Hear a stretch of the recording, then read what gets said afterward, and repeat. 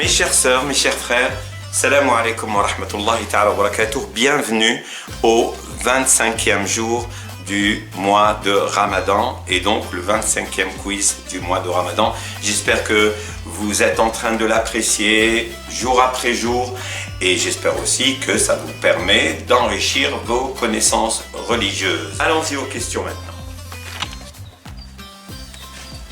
Heureux de vous retrouver mes chers amis. Alors, allons-y aux questions. Alors, nous sommes le 25e jour du mois de Ramadan, donc nous allons d'abord donner les réponses du 24e jour du mois de Ramadan, du quiz d'hier. Et la question sur le Coran a été la suivante. Dans quelles sourates sont mentionnés successivement le plus grand nombre de noms de Dieu? Et j'avais proposé 4 sourates différentes, Surat Maryam, Surat Muhammad, Surat Al-Fath et Surat Al-Hashr. Et la bonne réponse, c'était Surat Al-Hashr. Et je vous rappelle d'ailleurs les versets qui sont dans Surat Al-Hashr et où il y a beaucoup de noms de Dieu qui sont mentionnés successivement. Donc je vous cite le début de ce passage. Après Bismillah ar-Rahman ar-Rahim, Huwa Allahu alladhi la ilaha illa huwa alimul ghaybi wash shahadati huwa ar-Rahman ar-Rahim. هو الله الذي لا إله إلا هو الملك القدوس السلام المؤمن المهيمن العزيز الجبار المتكبر سبحان الله عما يشركون هو الله الخالق البارئ المصور له الأسماء الحسنى et ainsi de suite يسبح له ما في السماوات والأرض وهو العزيز الحكيم. Bref, je voulais juste vous donner un aperçu de ce passage dans lequel sont mentionnés énormément de noms de Dieu. Passons maintenant à la question d'hier sur le prophète. La question était la suivante. Qui fut le leader des hypocrites à Médine?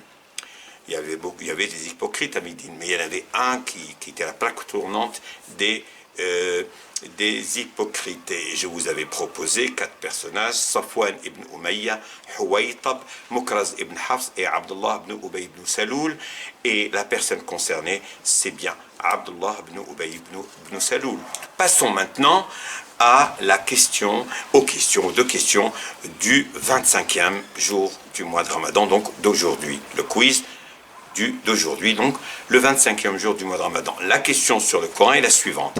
Lequel des prophètes suivants fut envoyé au peuple des Ad?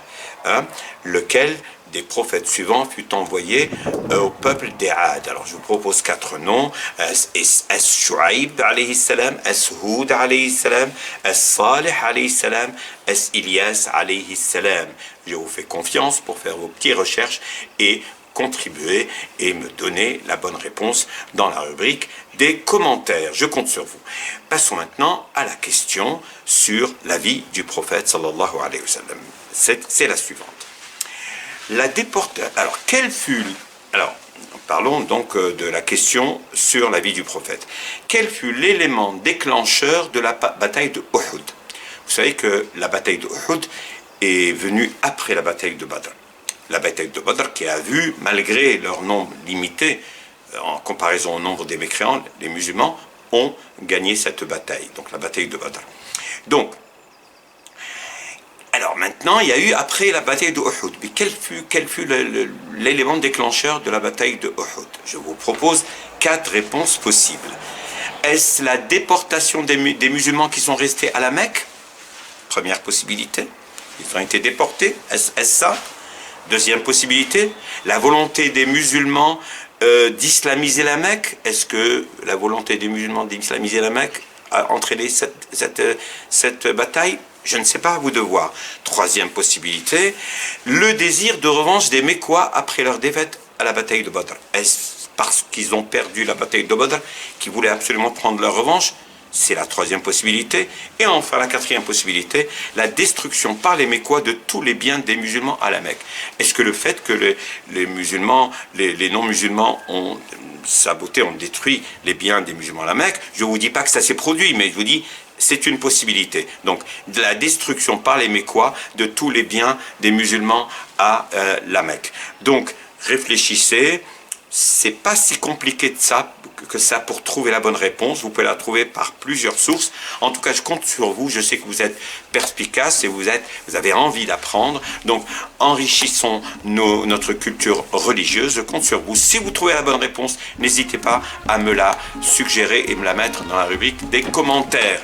J'attends avec impatience vos retours et je vous dis à demain. Sahafturkum, excellente journée et que votre jour de Ramadan soit béni, Inch'Allah. Et là, au revoir, à demain, Inch'Allah.